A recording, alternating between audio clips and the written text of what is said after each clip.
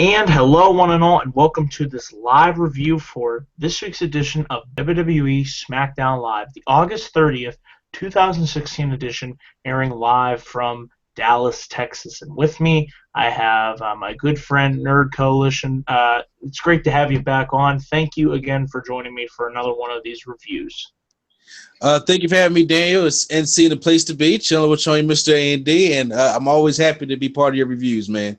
So, yeah, we're going to be breaking down SmackDown match by match, segment by segment. There was some good stuff on this show. There was not so much good stuff on this show, but overall, I thought it was an average show, and we'll get into our grades by the end of it. But NC, let's start with your overall thoughts on SmackDown Live tonight. Overall, I would say it was pretty much an average show. I mean, I love the way it opened. Yes. But pretty much throughout the whole thing, it was just pretty much an average show to me. And like you said, let's get into the way this show opened. We, of course, recapped the amazing Miz promo from Talking Smack. I haven't really had a chance to get my thoughts on this, but wow, this was the promo of the Miz's career right here. And this promo shows me that you need to get away from the scripts. You need to go by bullet points and just allow these guys to open up and be themselves. This proved it. This promo was amazing. And if you let more guys on the roster do this, I mean, look at the way The Miz was getting booed tonight. That showed that this promo translated to heat on The Miz. So why don't you do this with guys like, a little rant here, guys like Reigns or who else? I don't know. Other guys on Ambrose. Or Titus O'Neil, he flubbed in his scripted promo. I'm sure he could do much better off the cuff. Ambrose, like you said, it kind of frustrates me because they put this out on the network, and I want to see them just go back to this approach. I mean, how do you feel about this promo? I mean, I actually love the promo, and I actually love the realism in the promo, and I do think that more realism needs to be brought into the promos. Mm-hmm.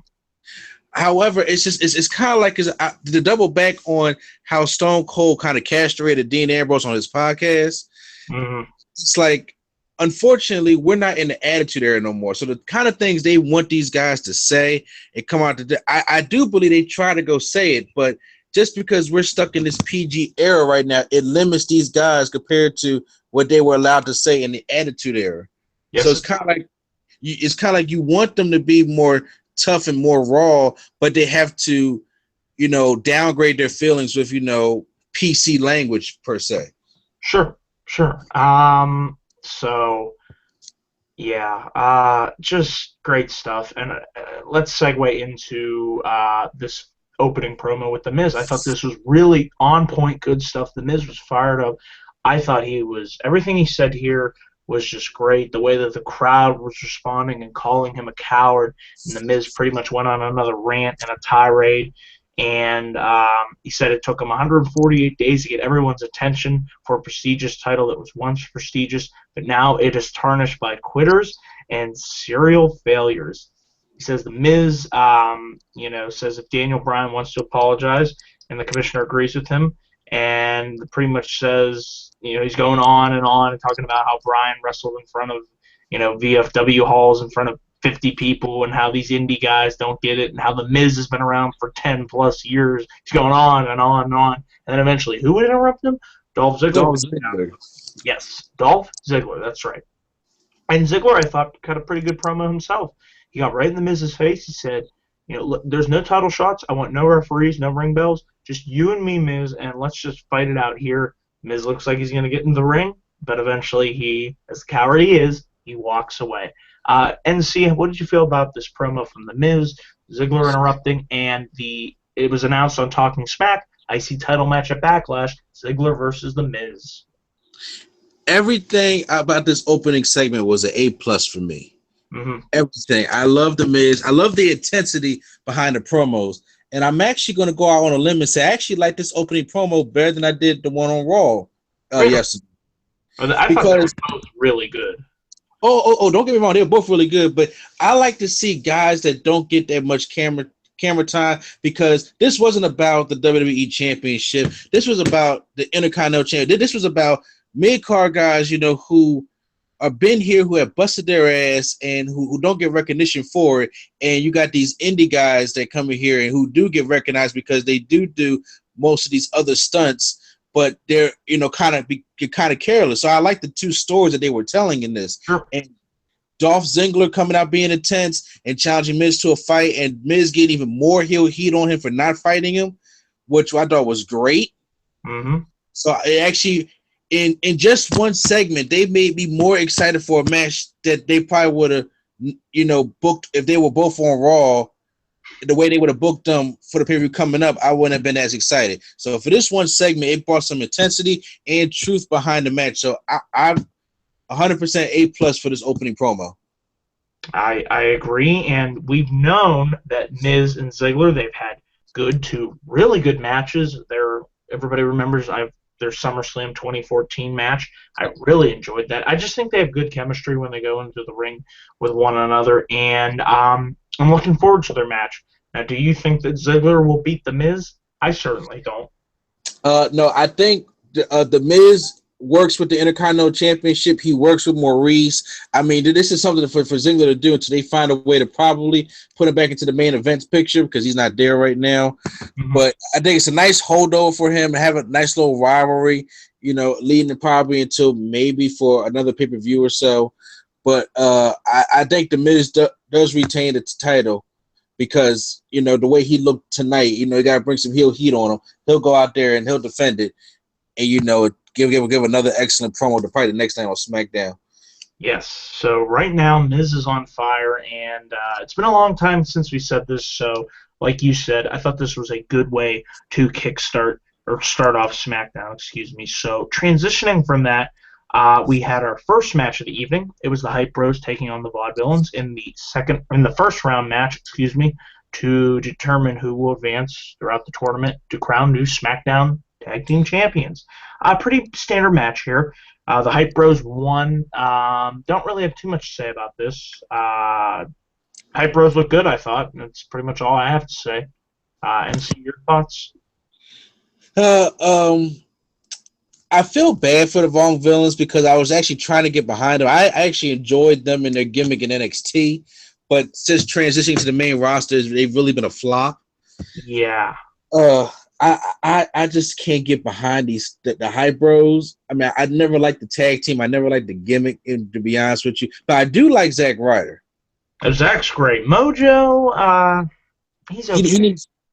Because the way I look at Mojo is he's not hype. He's somebody acting hype. And I'm just like, it don't seem natural to me. It's too over the top. Exactly. So, I mean, it's good they got the win here. I guess the Vaudevillains are going to be not because right now they're like turning the Vaudevillains into the Ascension. I'm like, I don't want that to happen. The Ascension. Oh, but, potential. Yeah, I guess. But I'm glad the Hype Bros move on. I don't think they're going to go. I think they're going to get eliminated next week. So we'll see what happens. It was just like you said, average. Yes, and let's see the bracket here. We'll pull it up. Well, we'll get into who won later on in the show, but that sets up the Hype Bros moving on to the semifinals next week on SmackDown. And by the way, it says here that American Alpha and the Usos will be clashing next week in the semifinals on SmackDown. So that is certainly surprising because I thought for sure we'd see both of those teams clash in the finals. So that's cool. Yes. So we will be seeing that match next week on SmackDown.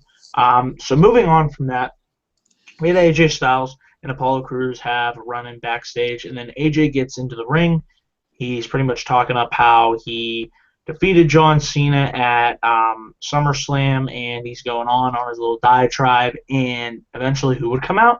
But Apollo Crews. And Apollo Crews said that he is challenging and facing AJ Styles tonight in that ring, and that leads us to what I thought was, I'd say, the best match on the show tonight, which was AJ Styles versus Apollo Crews. I thought this was a good showing for Crews, like how I thought Neville looked well yesterday against Chris Jericho. There was one spot in the match where Crews caught Styles and hit him with a Samoan driver, and I thought he almost had him for the 3 count. I thought that was a really nice spot from Crews, but of course Styles is able to hit the jawbreaker and hit the phenomenal forearm for the win. So, NC, what were your thoughts on the lead up to this match and the match between Crews and AJ Styles? Well, I do want to give props to AJ Styles for getting a lot of heat for keep wearing John Cena's headband. I Hmm. love that. So, but the thing is, okay, now they got this new thing where they're trying to have people respect Apollo Crews' name. But the thing is, when he comes out and he says to AJ, "I'm gonna let you know who I am," he's smiling the whole time. I want some intensity with this guy. Yes.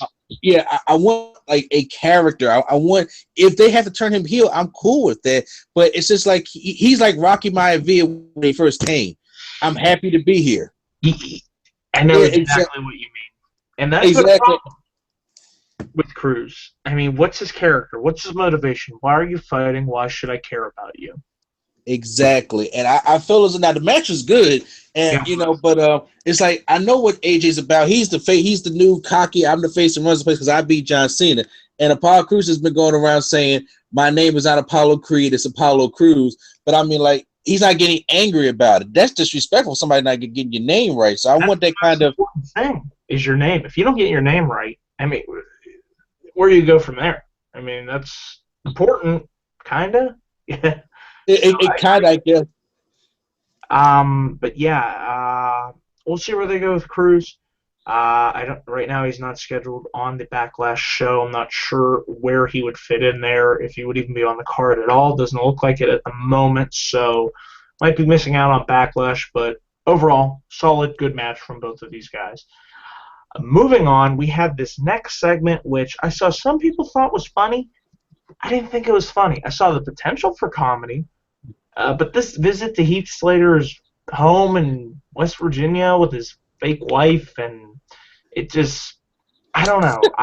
I wanted to laugh. I really did. I just didn't find it funny. I'm sorry. I don't No, know. Ugh. I, yeah, I would say that I see the potential in it. I do like what they're doing with Heath Slater.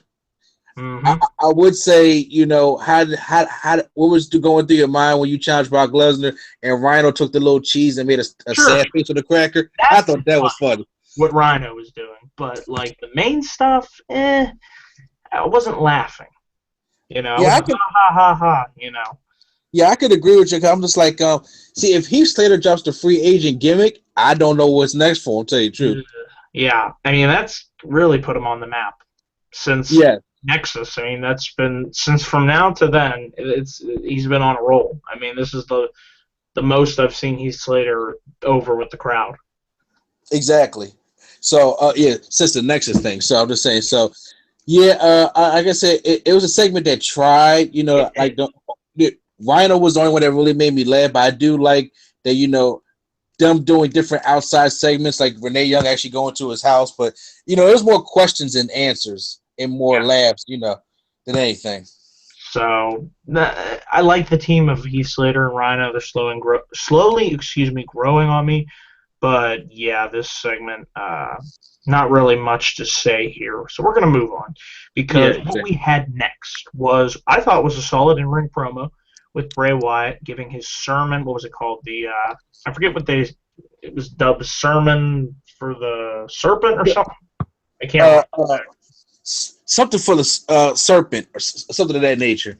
Yeah. So Bray Wyatt goes on this diatribe. He talks about the mythological serpent and the legacy of Randy Orton, and he says Orton is just a man who believes he has venom running through his veins, and Bray likes that. He says Orton is sick, and that's what Bray likes about Randy Orton. And he said he wants to bring out the Viper, the he called him this deranged individual, and then eventually, Randy gets down there and he says he hears the voices inside of his head, and he asks Bray, who the hell do you think that you are? And Orton says that he has been damaged for a long, long time, and that he says from one damaged man to another, he says, tells Bray that he has his attention, and that is exactly what Bray wants him to have. Bray wants his attention, and Orton pretty much says that at Backlash, he's going to kick Bray Wyatt's ass, and he is not afraid of a man who calls himself a god. And Orton goes, and this I liked the promo, but I didn't like how it ended. Orton went into the ring. I'm thinking, okay, we're gonna get this brawl, and then I thought it was a weird cut. I don't know about you, but just the way it ended, it didn't look good. Oh no, I agree with you 100%. It was a weird cut because I thought he was going to cut back to the ring and show that Sure, Bray Wyatt wasn't there. gone. But no, it's like, okay, we're moving on. Okay, like are y'all not going to ask questions about that commentary, David Otunga? But I guess not. David, I don't want to go into a rant, but I think he's awful. Yeah. Oh no, you're not thinking. You know that for a fact. He is Yeah, awful. just making sure we're in agreement. He adds nothing. But why do we need a three-man booth? I'm sorry, little rant here. Just go back to the two-man booth. You do not need three-man, but it just clutters the whole thing. It You know? it really does. But as for the segment, Yes. honestly, it was okay to me. But here's the way I think. I'm like, okay, we know Bray Wyatt can talk on the mic, right? Mm-hmm. That's proven. But every time he's in these new rivalries, he's on the mic and he talks about how he's not a man, how he doesn't fear this stuff like that. I want y'all to put Bray Wyatt in the ring and get him some credibility back. Yes, he needs it. Because he doesn't fight. He just does these promos, and then, which is, people may not agree with me. We're starting to get kind of repetitive, Mm-hmm. and to the point now, it's like, okay, I heard this. It's kind of like you got to break it up a little bit. You Mix it up. give him, Change things up. yeah, make him go against Apollo Crews. Make him go against Heath Slater. Make him do something like that to beat down people. So when he does go against Randy Orton, it has some credible, like, wait a minute, maybe he can't beat this guy.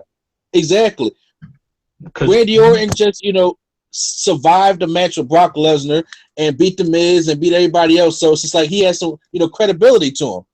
Mm-hmm. You're exactly Bray right. Wyatt has done nothing recently except lose to Dolph Ziggler.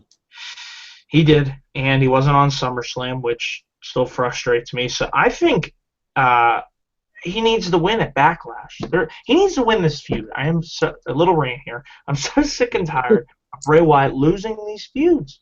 I mean, when was the last time he won a feud? Against the Dudleys? Was that the last one? I'm trying to remember. Okay, well, the Wyatt family is the one that won against the Dudleys, and he won the feud against Ambrose. That was the last feud he won. And Jericho. And if you want to count that. Yeah, but all the others, it's like he loses. And remember this. Think about this. He didn't wrestle at SummerSlam, and he didn't wrestle at WrestleMania. The two biggest pay-per-views. He wasn't. It's front because I got a Wyatt shirt on right now. I am a huge fan of Bray. I always have been, and I want to see this man challenge for the Intercontinental Championship or the WWE Championship. So I think if the right move here would be to put Bray Wyatt over in this feud with Randy Orton, because Randy Orton's a legend. He's a made man. He has nothing to gain from beating Bray Wyatt. So the smart thing is you put Bray over and say, let's have him go after either the IC or the WWE Championship. That's not hard to do. Now, the way, slight rant, the way I would book it, first of all, I would have Randy Orton go over because Randy Orton is just coming off his match with Brock Lesnar, and there's rumor he's supposed to be going up against him again in Chicago.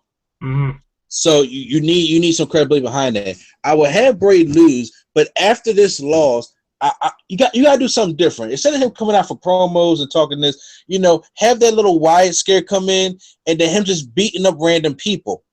Sure. You got to give an edge to this guy. You got to give some type of credibility to this guy. You got to make him a monster, basically. Mm-hmm. And then when you build up a monster, then you can have somebody has to step up to defeat the monster. Then when you start getting credible names and that he starts taking out, then you can start building him up that way. But instead of him just going out, having one match in the rivalry, losing that, coming out and giving another promo, give him something to do. Give him some action. Give him some work to do. Definitely. Let him beat up jobbers like Braun Strowman is doing on Raw. On Raw, because there was a time when Beth Phoenix lost her lack of better words, mojo, and she was beating up jobbers for a while until they brought her credibility back. Mm-hmm. So yeah, I think they would do that because it sucks to see what's happening to Bray Wyatt. Yes, it does, because he just feels like he's spinning in place. He's not really advancing. Exactly. So hopefully this feud with Orton can help him. I mean, it's a feud I've wanted to see for a long time, and I'm happy we're getting it. So don't want to make it sound like I'm not. I'm really looking forward to this match at Backlash, nonetheless. Exactly. Let's move on here, and let's talk about this third match of the evening. Women's action, Natalya and Alexa Bliss versus Naomi and Becky Lynch. Fairly standard women's tag action here, nothing too much to talk about. Natalya and Alexa Bliss won. what I did like out of this was Nikki Bella was on commentary, and I liked the sneak attack by Carmella to Nikki at commentary. Threw her into the barricade, beat her down, left her lying, and of course this led to Bliss rolling up Becky Lynch for the victory after she had the handful of tights. Like I said, I enjoyed the beatdown more so than the match itself. There really was nothing too much to this match, but yeah, your thoughts? Well, I'm excited for the six-pack challenge at Backlash. I will say that. I'm still kind of confused about the whole Carmella heel turn and Nikki Bella face turn. I like what they're doing with Carmella because it's giving her something else to do other than that end zone cash gimmick because that wasn't working for her by herself. No, it clearly from the crowd reaction, it wasn't working. Yeah, and as much as I am a fan of Naomi, and thank God she took off that glow-in-the-dark bodysuit. God, I hated that. Thank God she took that off. But I would have had Naomi take the pin instead of Becky Lynch. Becky Lynch don't need to be taking no more pins, whether they're dirty or clean. Yes. I mean, it's just making her look bad. Mm-hmm. I agree. Becky should probably win the championship. I mean, I don't see why she wouldn't. I'm worried that Nikki Bella is going to win, though. I actually have Alexa Bliss. I think they're going to have a heel win the championship. I'd be fine with Alexa. It's just we need somebody new. Either if it's Alexa or, hell, even Carmella or Becky or Naomi even. I don't know. Natalia. See, I think we're tired of Natalia. I would like Naomi to win if she was still a heel. Mm-hmm. I wouldn't want her to win as a face. Right. Because me personally, I think she's better as a heel than she is a face. Yes. But like I would love to see like a strong heel win the match. So I had my pick of Alexa Bliss going over. Mm-hmm. And have Becky Lynch. Yeah, and have Becky Lynch chase the title. I think Becky Lynch looks better chasing the title, and maybe at a Survivor Series she can. Yeah, and she'll finally, get her title win or something like that. I like that idea. I really do. So, seeing as how Nikki's face, you obviously can't have Becky chase her because face versus face, that just doesn't make sense. So I think there's a high probability Alexa could walk out as the champion, and I think she deserves it. I'm a huge Alexa Bliss fan, have been since I've seen her work on NXT. I think she's improved tremendously. And she's yes. I mean, she's just great. And she's cool. Yeah, I love Alexa Bliss. I hate Blake and Murphy, but I love Alexa Bliss. Yeah. So, anything else you have to add about the women tonight? No, like I said, it was average. I think Naomi should have took the pin, but other than that, it was what it was. Just to basically, try to keep these women relevant before their match. But I want to give these women some mic work. Hopefully next week, it give them some promo time. Yes. So they can shine, or if not, that's what Talking Smack can be for. Mm-hmm. Like some promo time for these people that don't get promo time any other time to help enhance their character. Agreed. So we had after this really wasn't too much of a match. It was Heath Slater and Rhino versus the returning. This was surprising. The Headbangers team from the Attitude Era.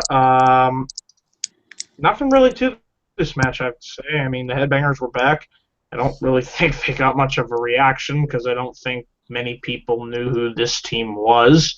I mean, I knew of them. I didn't watch back then, but I've rewatched stuff on the network, and I'm sure you remember them in their heyday. Were they a popular team? Absolutely not. That's why I was like, I'm surprised that y'all wasted time bringing back the Headbangers. Small rant. I'm just saying because back during the Attitude Era, they was quiet when they came out. And I was just like, no, I ain't like the Headbangers in the Attitude Era. The Attitude Era fans didn't like the Headbangers. And I'm like, if y'all just because somebody's from the Attitude Era don't mean they were good. Mm-hmm. And then y'all bringing them back like, oh, we got a special surprise guy like the Headbangers of all people. Y'all could have did New Age Outlaws one more time just to, have he stayed around over, give some credibility, I'd rather even see, Animal and Hiding Right. But I couldn't do the Headbangers. They came out to crickets. The match was quick.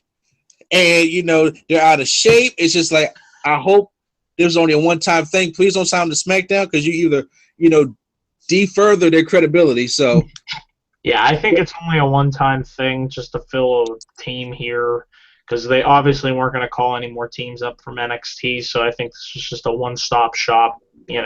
Put them Yeah. here. Rhino and Slater go over on them. That was the right move, obviously. And yeah, let's just move. Well, we're going to move on from this because I don't really have anything else to add to this unless you do. Oh, absolutely not.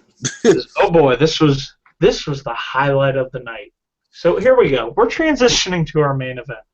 And this just left me scratching my head. I'm like, okay, Styles is on commentary. Here we go. The bell's about the ring. There's this guy in the ring. I'm like, who the hell is this idiot? I'm gonna say it. Who the hell is this stupid idiot? This is a stupid idiot. So this stupid idiot is in the ring. What's his name? Gary Millman. I'm like, okay, I thought this was the main event. Then he says he issues an open challenge, and then he begins to take off his clothes.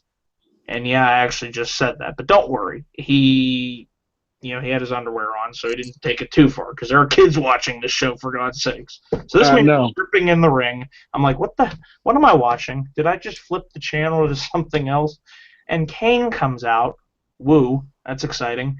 And he Hey, choke slams him. I'm like, okay. Your thoughts? no disrespect, pass, because I was like, that was terrible. That was stupid. That was inappropriate. And I was just like, why? You know why? Because Vince got a laugh out of that. Vince got a laugh out of Big Dick Johnson. That didn't work. Vince got a laugh out of He loves video. it. He loves it. He loves And I'll be watching this. I'll be like, just like the KFC commercial Dolph Ziggler and The Miz did. he loved that too, I'm sure. I'm like, why? It's a Vince thing. So yeah, I mean, I made sure I went to the bathroom at that point. The only reason I could think why is because the stare down between, what was it, Corbin and Kane. I'm like, okay. Corbin versus Kane is a feud. Okay, if Corbin goes over, which I'm assuming he would, I'm fine with that. Yeah, I mean, he should go over because Kane is 10 years past his prime. So I would think that if that's a rivalry that they want to do, because I don't know what happened to Kalisto. Yeah, I actually want to see that match. I hope it's added to the Backlash card. I was really surprised not to see Kalisto at all in it. Exactly. So I don't know what the angle they're doing with him, but I guess they're gonna have a Baron Corbin because if anybody watch any of my videos out there, you guys know I hate Baron Corbin. Oh, really? There's nothing about this guy I like. Nothing. So, what did you think about our main event tonight of Dean Ambrose versus Baron Corbin? Oh, okay. Is Baron Corbin, a decent heel? I'll give him that. Do I like him personally? No. I don't like anything about him, character, wrestling skills, or attitude from Breaking Ground. I just don't like anything about him. But the match was, to me, boring. It bored me. Like, I'm nodding. I'm looking for things to do. I'm like, well, the good thing is I got the review afterwards, because I don't. It bored me. AJ Styles coming out there was kind of entertaining, and I was just like, after seeing that awesome main event last night, and you're sitting there expecting like, whoa, what's SmackDown going to do? And I'm looking like Baron Corbin is your answer. It couldn't compete. I'm sorry. There was no way. No, it couldn't compete at all. So it bored me, and then the whole AJ Styles, interrupting the match, and Dean Ambrose, racking him up on the ropes. I was just like, for some reason, I did not like that. I didn't either. I thought it was too much comedy in a way. It was like over the top almost. It was. I'm just like, okay, really? Like, AJ didn't fall out the ring. He's standing right there. I thought Dean was going to probably rack him, and he's shaking his hand. I'm just like, I don't like it. I don't like that Dean Ambrose, in my personal opinion. But I guess. That's how we ended SmackDown this week.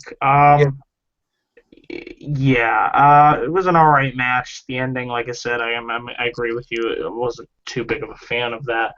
So That's pretty much all I have to say about this, unless you have anything else to add.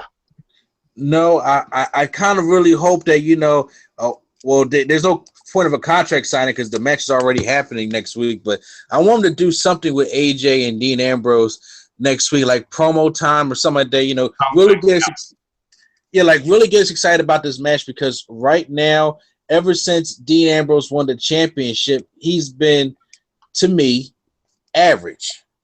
Yes. And I love Dean. I'm a huge Dean Ambrose fan, but I agree. I think AJ needs to win the title, no doubt, and hold on to it and have a good run with it. Exactly. Dean is better when he's chasing the title, because him having he's just been average. That's all basically I can say. He wasn't Dean Ambrose from like 2 months ago. We was all very hyped for him, but it's just been average to me. Exactly. So let's get into our grades for this show tonight. And I thought long and hard about this, so I'm going to keep my grade at a C. This was a C show for me. NC, what grade would you give SmackDown tonight? I will give SmackDown a C minus. Mm-hmm. Because the whole thing with Kane did not need to happen. That was stupid. It really didn't need to happen. And there were some things on SmackDown that I think they missed their mark on. The main event, really brought the show down for me. Mm-hmm. I was just like, okay, it's SmackDown. You can't expect them to do what Raw does, but they can do something, to keep a solid show. But that main event just bored me to no end. So a C minus from me. C minus. So let's see. Where are we on the SmackDown to Raw? Because Raw won this week, but for the last couple of weeks, SmackDown has been on a roll. So I think let's see. What are we on? Raw won the first week. I'd say SmackDown won the next 1, 2, 3, 4. So it is 4-2 in favor of SmackDown. So I still think SmackDown is the better show, but I thought Raw was the better show by far this week. I agree. But we're going to have to see what happens in September when the cruiserweights come in and all that other stuff. So it may be amazing. A lot of stuff to look forward to. NC, I want to say thank you again for joining me for this review. Like always, you can get a plug-in for your channel. Thank you, Daniel, for having me on here. Once again, guys, you can check us out on Facebook at Facebook.com/Nerd Coalition and on Twitter at Undeterred Nerd. But also, check out my newest show, What's Best for Business. If you guys like WhatCulture.com, you guys like wrestling, will be great. Those are my inspirations. I started a new show that come on Mondays at 6 o'clock called What's Best for Business. So all wrestling fans out there, make sure you guys check that out. Season 1 has started this past Monday, so I'm really looking forward to it. Really looking forward to your support. All right, sounds good. And thank you all for tuning into this live review. Remember to please click the like and subscribe button for more video content coming soon to my channel. Be on the lookout for me in my next video, whenever that may be. And thank you all again for tuning into this live review. I will see you guys another time. So take care, everybody. Good night.